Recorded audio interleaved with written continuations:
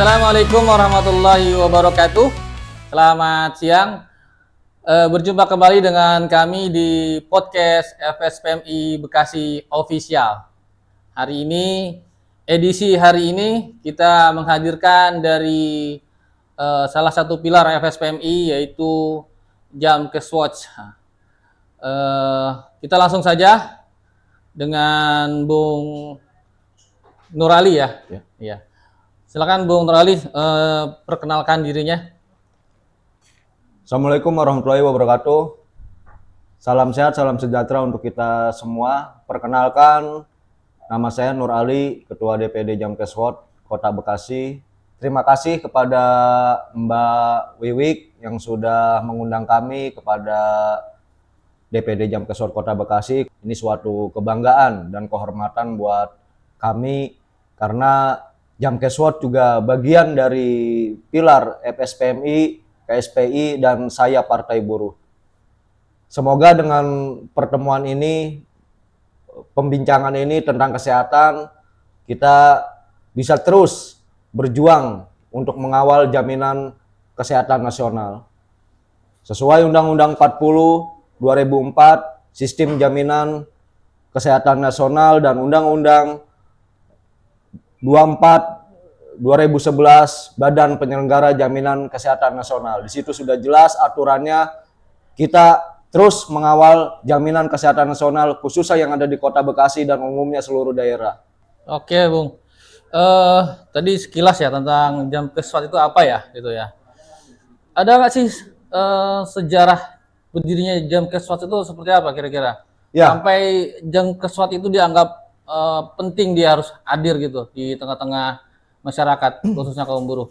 Ya, jadi hadirnya Jamkes Watch ini memang kami juga ikut berjuang karena dalam perjuangan itu dulu dari mulai tahun 2009, 10, 11, dan bahkan perjuangan itu memang khususnya Federasi Serikat Pekerja Metal Indonesia dan serikat-serikat yang lain, SJSN waktu itu digabungnya memang dari tahun 2009, 10, 11, 12, 13, 14, memang perjuangan kita itu sangat berat dan luar biasa. Kenapa saya bilang dan luar biasa? Karena kita memang di situ hadir menduduki gerbang DPR RI agar Undang-Undang 40 2011 ini disahkan. Alhamdulillah disahkan, sampai waktu itu juga kita sampai ditembakin gas air mata, bahkan diusir polisi, dan terus kita berjuang sampai Undang-Undang Kesehatan ini disahkan. Dengan 1 Januari 2014 Undang-Undang BPJS disahkannya ini, kita wajib untuk mengawal jaminan kesehatan khususnya yang ada di seluruh Indonesia. Nah, untuk saat ini memang kebetulan Jamkes Watch ini adalah bagian pilar dari FSPMI, KSPI, dan Partai Buruh. Bahkan sampai saat ini pun kita terus berjuang, tidak hanya untuk kaum buruh saja. Masyarakat, tukang ojek, dan yang lain, siapapun yang bermasalah dengan rumah sakit, alhamdulillah Jamkes Watch Kota Bekasi dan kawan-kawan selalu hadir bersama-sama untuk advokasi, karena itu adalah bagian kita, perjuangan kita. BPJS lahir ini adalah perjuangan kaum buruh. Jadi menurut saya perjuangan ini kaum buruh lah, serikat pekerja lah, dari seluruh serikat pekerja bersatu lahirlah Undang-Undang Kesehatan ini. Jadi sampai saat ini kita terus mengawal jaminan kesehatan. Oke. Kira-kira pengalaman yang paling berkesan itu ketika sejarah awal berdirinya Jamkes Watch itu gimana ya? Ya, jadi saya punya sedikit sejarah, Bang. Dulu lahirnya BPJS itu yang tadi saya bilang 1 Januari 2014. Kebetulan saya tinggal di Kota Bekasi, saya bekerja di MM 2100. Dulu lahirnya Jamkes Watch itu hanya di kabupaten, di Kota Bekasi itu belum. Nah, 2014, 15, 16 itu di situ saya mulai bergerak. Yang tadinya 1, 2, 3 yang bergerak di Kota Bekasi, alhamdulillah sampai saat ini melebihi dari 30 bahkan sampai 50 anggota Jamkeswot Kota Bekasi. Kenapa? Karena saya pribadi pun memang kenapa saya harus berjuang terus di Jamkeswot? Kenapa saya harus mengawal terus di rumah sakit yang selama ini selalu bermasalah, yang dibilang setiap kita berobat selalu beli obat, dibilang obat habis dan suruh beli di apotik. Kamar penuh gitu ya. Sama rumah sakit kamar penuh. Nah, disitulah kita timbul terus bergerak untuk mengawal jaminan kesehatan nasional. Jadi kayaknya alasan-alasan klasik itu selalu muncul ketika kawan-kawan atau saudara-saudara kita yang di masyarakat umum itu kalau berhadapan dengan rumah sakit Iya, gitu ya. muncul. Saya pernah dapat kasus. Kebetulan saya pernah ada kasus Iya. di rumah sakit waktu itu. Abang saya pernah istrinya kanker rahim. Kanker rahim itu saya memakai dulu pakai BPJS, PBI, APBD yang dibayarkan oleh pemerintah. Nah, di situ saya belajar advokasi. Waktu itu direktur advokasi masih Bung Ade Kenjo, saya masih ingat. Dan saya juga belum punya legalitas KTA. Saya hanya selalu membawa buku panduan Jamkeswot. Di situ saya terus advokasi, bahkan memang benar, memang harus kita kawal. Bahkan abang saya di situ dipintakan uang untuk transfusi darah 3 kantong kurang lebih 900.000. Dan saya di situ hadir, terus advokasi. Kita baca regulasinya, alhamdulillah rumah sakit akhirnya tidak memintakan uang kepada abang saya sebesar 6 juta waktu itu di tahun 2019. Di tahun 2019 dipintain duit 6 juta, menurut saya sangat gede. Dan kebetulan abang saya juga sebagai tukang ojek pangkalan. Boro-boro duit 6 juta. Iya. Duit 20.000 aja sehari, bahkan buat makan sehari-hari aja susah lah. Nah, di situ saya timbul sampai saat ini. Saya selalu berjalan dengan sekretaris saya Bang Ahmad Mulyono dan kawan-kawan terus bergerak untuk mengawal jaminan kesehatan, khususnya untuk di Kota Bekasi.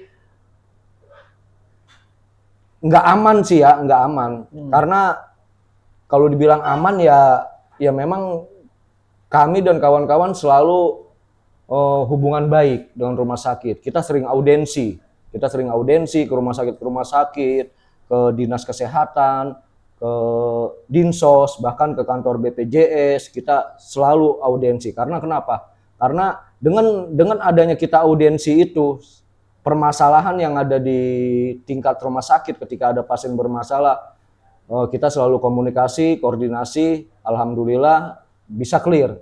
Tetapi jika permasalahan itu tidak clear dengan koordinasi, kami dan kawan-kawan akan hadir dan bertemu dengan pimpinan rumah sakit. Dan di tahun 2018 pun pernah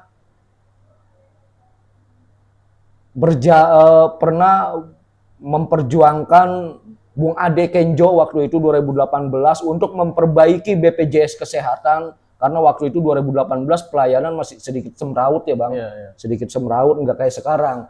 Kalau sekarang kita bawa pasien kirim ke TP, khususnya di kota aman lah gitu kan. Nah dulu tahun 2018 itu memang belum baik banget lah pelayanannya. Sampai di situ saya masih ingat Bung Ade Kenjo jalan kaki dari Surabaya ke Jakarta. Oh iya. Demi pelayanan BPJS menjadi lebih baik lagi. Luar biasa. Iya. Dan di samping itu pun kami dan kawan-kawan ternyata untuk kesehatan ini ada link-link untuk yang kita lapor Bang. Khususnya Ombudsman, KPAI. Nah di situ jelas ada buat kita lapor.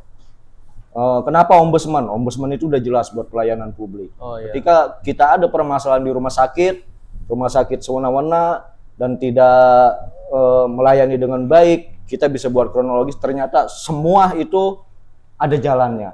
Mungkin dengan kita terjun langsung dan praktek langsung, seleksi alam lah ya Bang ya. Saya yakin ketika kita berjalan sedikit demi sedikit, pasti kita punya kenalan lah gitu. Kenalan sih Tapi memang ada tempat-tempat untuk mengadu itu ada. Pernah ada. Jadi kenal malah ya. Jadi kalau kenal sih enggak, Kenal, tapi paling enggak kita tahu apa sih itu ombudsman, Oh, apa iya. sih itu KPAI. Iya, iya. Nah di situ kita tahu, Benar. ombudsman itu kan pelayanan publik. KPAI itu apa ya? Contoh KPAI, ketika ada pasien yang ditahan oleh rumah sakit, ada pasien yang lahiran, bayinya ditahan rumah sakit, itu enak, itu bisa kita larikan ke ombudsman, ke KPAI, karena di situ udah jelas Komisi Perlindungan Anak Indonesia. Itu terjadi. Tapi untuk saat ini sih alhamdulillah di mulai tahun 2022 23 sampai saat ini khususnya di Kota Bekasi, saya dan kawan-kawan sama Bang Ahmad Mulyono lancar Bang. Karena memang saya selalu menyampaikan ke teman-teman, jaga hubungan baik kita. Jaga hubungan baik kita, jaga nama baik Jamkeswot, jaga nama baik FSPMI, jaga nama baik KSPI. Oh, jadi kesannya nggak seperti buruh turun ke lapangan yang selalu teriak itu enggak ya? Insya Allah Bang, enggak. Insya Allah enggak ya? Ya, karena tadi kita memang mengedepankan Komunikasi ya? Audiensi Bang. Audiensi. Jadi setiap kita audiensi itu paling tidak direktur ataupun TIC yang bisa bertanggung jawab, bisa bertemu kita, kita bisa diskusi. Seperti ini kita bisa diskusi apa sih permasalahannya. Bahkan kita juga bisa menyampaikan ketika rumah sakit A pelayanannya tidak bagus ataupun kemarin ada pasien seperti ini dan di situ kita diskusi bisa menyampaikan, oh baik Pak, nanti akan kita sampaikan untuk agar lebih baik lagi. Iya. Satu hal yang sangat menarik loh, buruh kan, kalau kesannya buruh itu kan kalau bahasa aktivisnya tuh kaum termarginalkan gitu kan, tapi dia bisa menghasilkan sebuah produk hukum yang sangat bermanfaat. Tadi dikatakan ada bahasa regulasi gitu kan. Iya. Artinya kawan-kawan dari Jamkeswot ini tentunya harus mendapatkan pendidikan gitu ya, pengetahuan tentang regulasi-regulasi yang ini ya, yang jadi amunisi mereka ketika berhadapan dengan rumah sakit atau pihak-pihak stakeholder lainnya gitu ya. Betul. Jadi memang kami di Kota Bekasi mungkin ini saya yang kedua kali ya yang ketua DPD yang kedua. Yang pertama itu dulu Bung Hendy. Kita memang dari awal terbentuknya ketua DPD Jamkeswot Kota Bekasi, sebelum teman-teman terjun ke lapangan, kita bekalin Bang, edukasi yang tadi Abang sampaikan. Kita adakan pendidikan dasar advokasi. Nah di situ, kenapa sih kita adain pendidikan dasar advokasi? Karena pendidikan dasar advokasi itu menurut saya sangat penting tuh Bang, sangat penting. Ditambah lagi regulasi ya. Regulasi kan kita udah jelas undang-undang kan udah jelas itu. Kebanyakan praktek itu lebih efektif dibanding ya memang lebih enak sih kita baca undang-undang, praktek juga langsung. Tapi lebih efektif itu memang praktek. Terkadang kita setelah udah pendidikan kita sampaikan ke teman-teman bahwasanya Bang ada pasien, ya udah bawa ke IGD, dibawa ke IGD. Nah di situ dia mulai belajar Bang, bagaimana cara masukin pasien, bagaimana ketika pasien sudah masuk IGD, rawat inap atau tidak, bagaimana ketika pasien nanti sudah diinfus di IGD ini akan rawat inap atau tidak, bagaimana ketika pasien ini dinyatakan secara nggak langsung kita yang bawa pasien ini emergensi, tapi yang menentukan medis dinyatakan tidak emergensi, itu harus bayarkan seperti itu. Karena memang regulasinya jelas gitu. Jadi teman-teman dengan adanya praktek seperti itu jadi tahu pengalaman, jatuhnya pengalaman lah karena kita terjun langsung. Yang ingin saya tanyakan itu juga lapisan masyarakat mana aja sih yang punya kesempatan untuk mendapatkan pelayanan dari Jamkeswot ini? Kita sih Jamkeswot tidak pilih kasih Bang. Iya. Yang tadi disampaikan, mau masyarakat manapun. Ya bahasanya kita bicara suku lah ya. Mau Batak, mau Jawa, mau ya macam-macam suku lah, ataupun bicara pekerja, mau tukang ojek, mau tukang pemulung, mau tukang asongan. Ketika memang kita ada laporan, kita akan advokasi, tidak kita akan beda-bedakan, karena kan memang pengawalan kesehatan ini khusus buruh ya yang tadi kita sampaikan, khususnya pekerja, kaum buruh. Tapi di luar dari itu kita juga advokasi ke masyarakat. Jadi kita tetap turun, apalagi kemarin udah jelas gitu kan tahun pilkada, dan sudah jelas juga Jamkeswat itu adalah sayap dari bagian Partai Buruh. Makanya terus kita turun ke jalan, terus kita turun ke masyarakat, terus kita mensosialisasikan. Bahkan kita juga selalu seiring sejalan dengan rumah sakit, ketika ada masyarakat yang ingin diadakan sosialisasi pengecekan kesehatan gratis, alhamdulillah kita bisa menghadirkan gratis. Itu untuk alatnya memang alhamdulillah sampai saat ini ya dibantu oleh rumah sakit. Dan yang terakhir, saya dan kawan-kawan mengadakan suntik vitamin C di KC kurang lebih 150 pieces. Oh, berarti ada kegiatan-kegiatan khusus yang Baksosnya ada, Bang. baksosnya ada ya? Ada. Dengan rumah sakit malah? Dengan rumah sakit. Contoh, saya tinggal di Jati Asih. Ya saya akan bekerja sama dengan rumah sakit yang di Jati Asih. Oh, Itu yang saya sosialisasikan pengecekan kesehatan gratis, ya bukan buruh, masyarakat khususnya. Di situ saya adakan sosialisasi pengecekan kesehatan gratis seperti tensi, gula darah, kolesterol, di situ kita hadirkan. Gratis, nggak bayar. gratis ya. Ada ini nggak kendala kalau lagi di lapangan itu? Apakah kendala dari masyarakat itu sendiri yang awam gitu kan? Mungkin dia dicurigain atau apa gitu loh, lagi sedang ada kegiatan seperti itu. Untuk saat ini sih nggak ada, Bang. Nggak ada ya? Untuk saat ini nggak ada kendala lah, karena setiap kita mengadakan baksos itu, teman-teman Jamkeswat selalu koordinasi sama kepala lingkungan, khususnya kepada RT, RW. Kita akan koordinasi. Kita nggak hanya selonong boy masuk langsung ada yang sosialisasi, enggak. Tetap kita buat surat juga, prosedur. Kita buat surat dari DPD, kita kirim ke RT, ke RW bahwasanya kami dan rumah sakit ini akan mengadakan sosialisasi pengecekan kesehatan gratis di ACC dengan ketua lingkungan ataupun tokoh masyarakat agama, kita lakukan langsung di lapangan.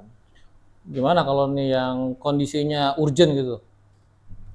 Yang Kondisi masyarakat nih sakitnya udah kita nggak tahu ya kelas kondisi seorang itu sudah sangat mendesak, daruratnya seperti apa gitu kan? Atau mungkin kecelakaan di jalanan tuh, itu gimana itu prosesnya tuh?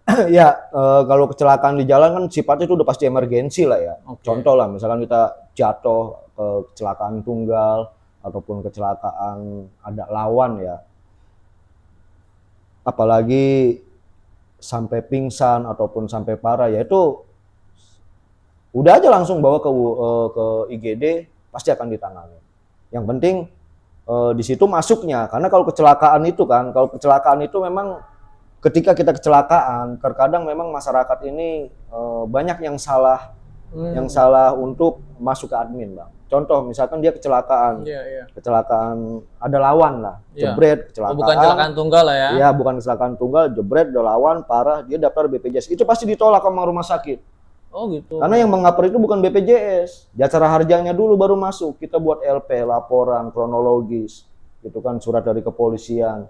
Jasara harja itu mengcover kalau kecelakaan lawan 25 juta. Nah, setelah 25 juta itu biayanya, contoh lah, misalkan operasi habis 50 juta, Jasara Harja hanya ngasih 25 juta. BPJS bisa masuk untuk mengcover sepenuhnya. Jadi syaratnya apa aja sih tuh? Kalau untuk kecelakaan yang tadi saya bilang, yang pertama, pasti data itu ke TPKK udah pasti kan. Oh iya. Kartu BPJS juga kita punya udah pasti kan. Yang kedua, pasti kita buat kronologis. Kejadian kecelakaannya di mana, posisinya di mana. Tapi korban tentunya harus dibawa dulu dong. Korban udah di rumah sakit. Oh, udah di rumah sakit. Udah di rumah Ya, sakit. Jadi begitu kecelakaan, jebret bawa ke rumah sakit, kita kan dikasih waktu di situ 3 kali 24 jam untuk mengurus berkasnya. Langsung itu. dipegang nggak dari rumah sakit? Yang tadi saya bilang, pasti dipegang, nggak mungkin nggak. Kalau kondisi seperti kanker, hidrosefalus, segala macam itu, kawan-kawan Jamkeswat juga ini bisa mengadvokasi mereka? Atau sampai mana batasnya kalau hal seperti itu kejadian ya? Rata-rata sih memang kalau untuk kanker itu ya, kanker, saya pernah sekali menanganin kasus kanker, kebetulan keluarga SPMI juga, yang saya advokasi di rumah sakit. Hermina Kota Bekasi itu kanker payudara, Bang. Itu kanker payudara itu bernanah dia. Jadi bernanah, tiap hari teriak, dia ngebet, tapi ketika kita masukin ke rumah sakit itu tidak dinyatakan emergensi. Karena memang kanker itu prosesnya panjang, Oh pasti iya. berobat jalan. Entah tuh 2 minggu sekali, pasti kontrol. Bahkan itu ada yang namanya kemoterapi. Iya. Kemoterapi yang mana untuk membasmi kuman-kuman ataupun akar-akar kanker itu yang Iya. ada di penyakit itu kan. Iya. Bahkan ada yang rambutnya botak kalau yang Iya. nggak kuat gitu kan.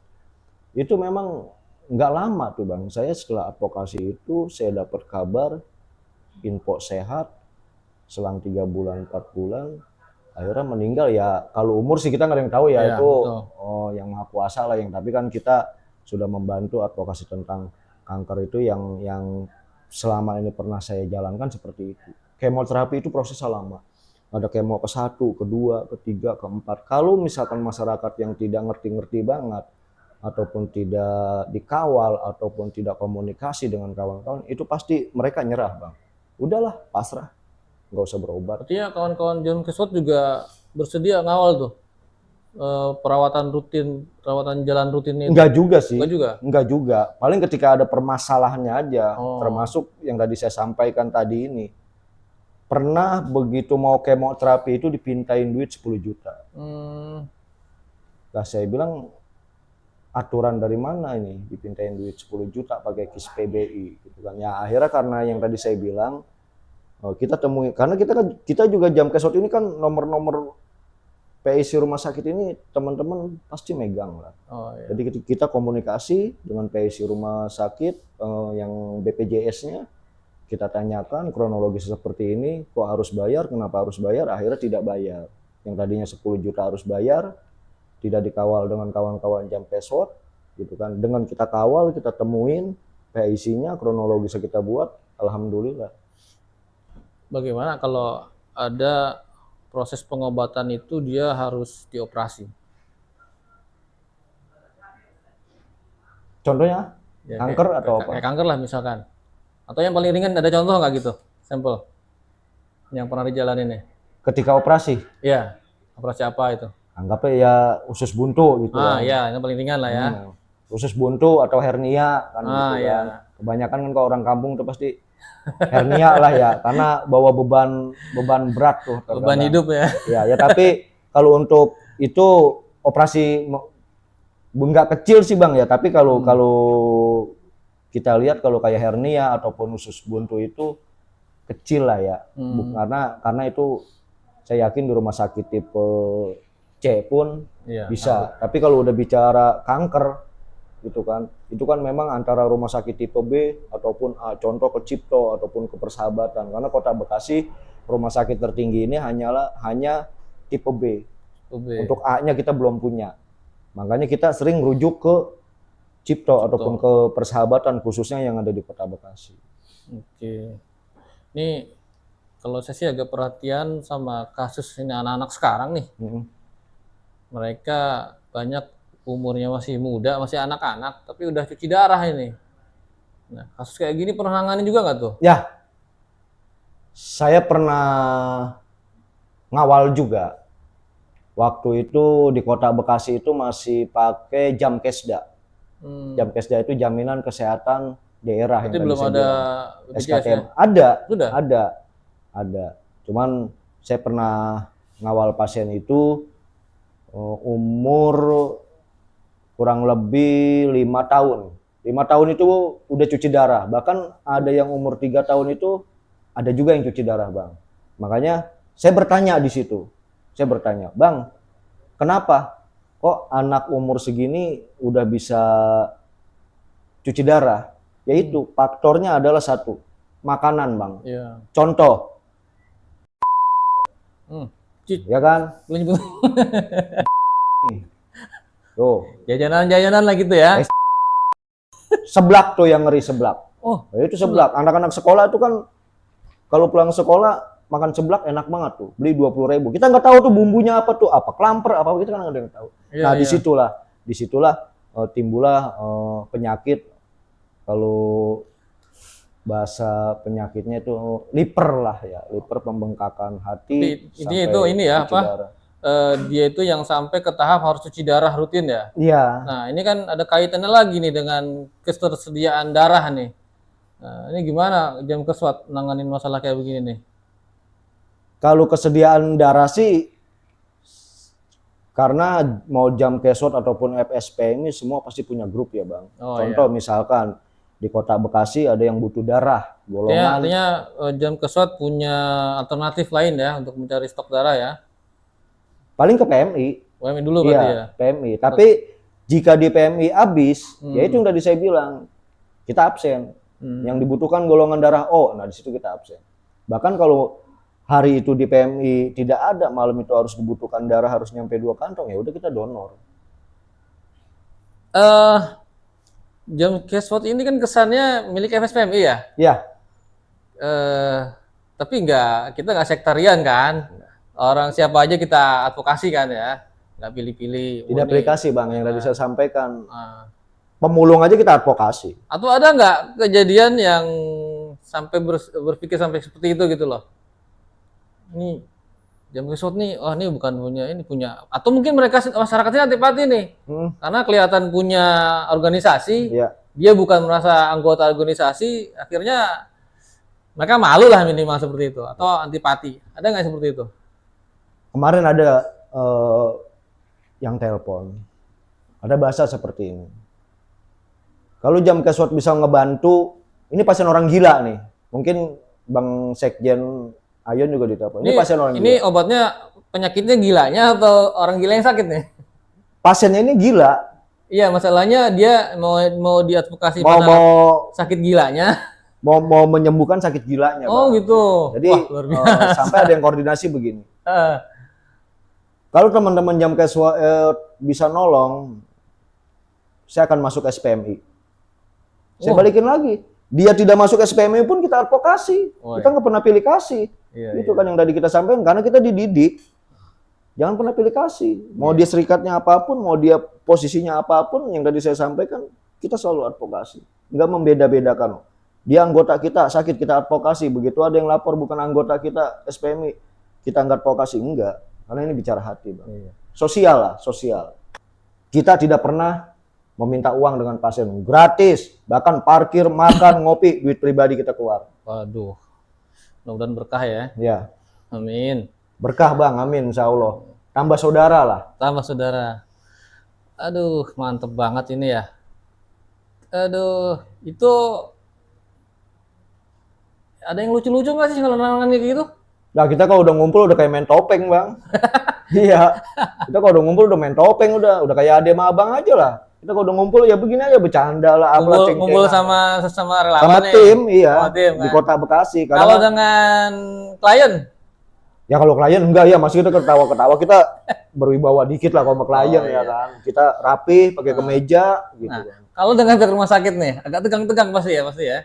Dulu iya. Dulu ya? Oh, dulu sempat iya. Yang tadi saya bilang 1 Januari 2014, 15, 16 itu kan masih banyak yang nakal. Iya sih. Tapi 17, 18 ke sini udah mulai.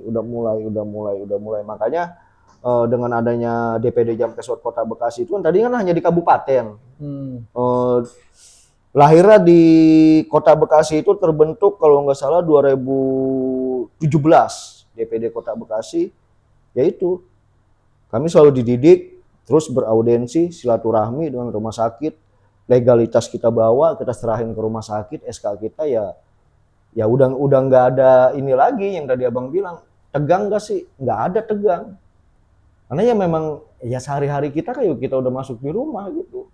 Kadang-kadang kan ada aja tuh mungkin pihak rumah sakit orang pejabatnya baru nih ya punya idealisme sendiri gitu kan. Ya. Pernah nggak tiba-tiba ngadepin yang tiba-tiba orang ada pernah gitu ya? Ada. Saya pernah mau ngasih surat audensi. Saya dibilang, Pak, ibu ini sudah pulang. Bapak ada kepentingan apa? Saya hanya mengirimkan surat audensi. Saya bilang, silakan Pak sama situ. Saya balikin lagi. Mbak siapa? Marketing. Kenal nggak sama ini? Kenal Pak. Kita kan setiap audensi itu kita foto bang, Iya, sama direktur.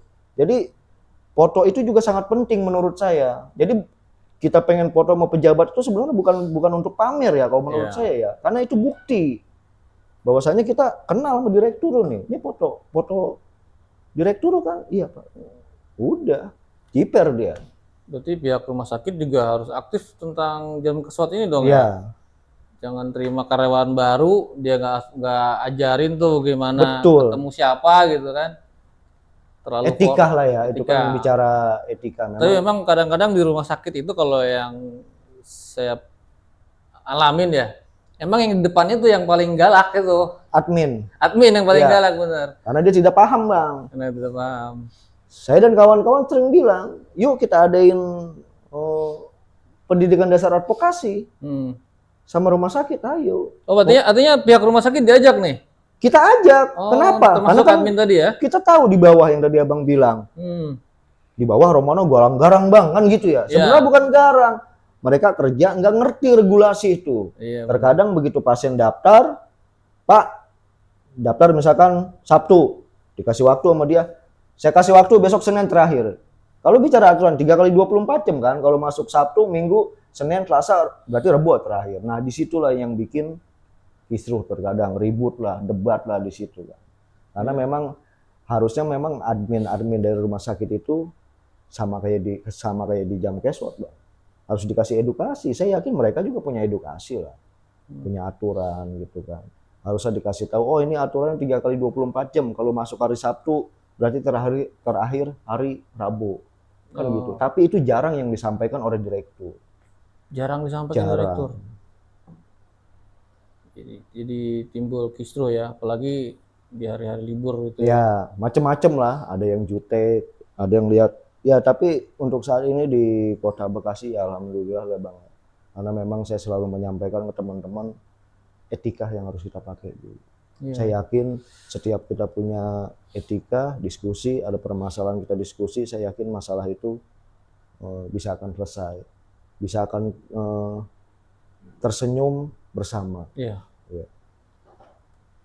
Ini kalau terakhir itu kita kan sempat sudah melalui masa-masa COVID ya. Iya. Nah, itu gimana tuh waktu zaman COVID itu tuh? Dari mulai 2020 itu. 2020 ya? Iya, sampai terakhir kan 2023 ya? Iya. Kalau nggak salah ya. Ada pengalaman nggak itu pas COVID begitu? COVID itu pengalaman banyak sih enggak sih, Bang. Tapi pengalaman sedikit khususnya di lingkungan. Karena saya sebagai jam keswat, saya terapkan di lingkungan. Waktu tahun 2020 sampai 2021 COVID sedang ganas-ganasnya kan. Sedang ganas-ganasnya. Rumah sakit mana sih dulu yang kagak mau BPJS zamannya COVID? Semua rumah BPJS laku lah. Kalau ibarat dagang gorengan, kayak orang dagang gorengan, diceburin anget makan, ceburin anget makan. Kira-kira apa nih pesan buat masyarakat lah ya? Karena kalau saya perhatikan juga kesadaran masyarakat seperti pekerja-pekerja di jalanan, ojek, biasa, pangkalan, tukang bangunan, mereka kayaknya sulit untuk disadarkan untuk memiliki kartu BPJS Ketenagakerjaan ini. Ya sebenarnya sih nggak susah sih, Bang ya. Di Kota Bekasi itu ada yang namanya juga, di kota atau di kabupaten itu ada yang namanya daftar BPJS TK itu tenaga kerjaan yang mandiri ada. Kalau nggak salah itu 16.000 atau 25 lah sekitar segitu. Kan murah itu kan? Kan murah kan? Kalau kata kawan-kawan jam keswat kan lebih murah daripada rokok ya? Betul gitu kan. Tapi rata-rata ya memang itu kebanyakan kalau sehat lupa, Bang. Kalau sehat lupa? Kalau sehat lupa. Tapi kalau begitu sakit baru dia ingat. Makanya di situ ada moto ingat sehat, ingat BPJS. Sama ingat Tuhan misalnya. Iya, sama yang Maha Kuasa kan gitu kan. Pengen sembuh gitu ya. Seperti itu, Bang. Oke deh, Bung. Terima kasih atas waktunya ini luar Sama-sama. biasa. Semoga perjuangan kawan-kawan berkah buat kawan-kawan pastinya ya. Amin, Dan amin, keluarga Bang. Amin. tidak mendapatkan kesulitan. Amin, amin. Dan selalu selamat dalam setiap aktivitasnya. Amin. Terima Saya kasih juga banyak. Berharap mohon doa restunya semoga teman-teman khususnya di Kota Bekasi, Jamkeswat Kota Bekasi selalu diberi kesehatan. Amin, amin. Selalu dimudahkan untuk mengadvokasi khususnya kaum buruh dan masyarakat. Oke. Yang terakhir, semoga perjuangan kita diridhoi oleh Allah Subhanahu wa taala dan terus istiqomah khususnya DPD Jamkeswat Kota Bekasi. Oke. Baik, terima kasih untuk edisi hari ini kita cukupkan bersama dengan Bung Nurali, Ketua Jamkeswat Kota Bekasi. Kota Bekasi. Sekali lagi terima kasih banyak. Assalamualaikum warahmatullahi wabarakatuh. Waalaikumsalam warahmatullahi wabarakatuh. Thank you, Bung. Sukses.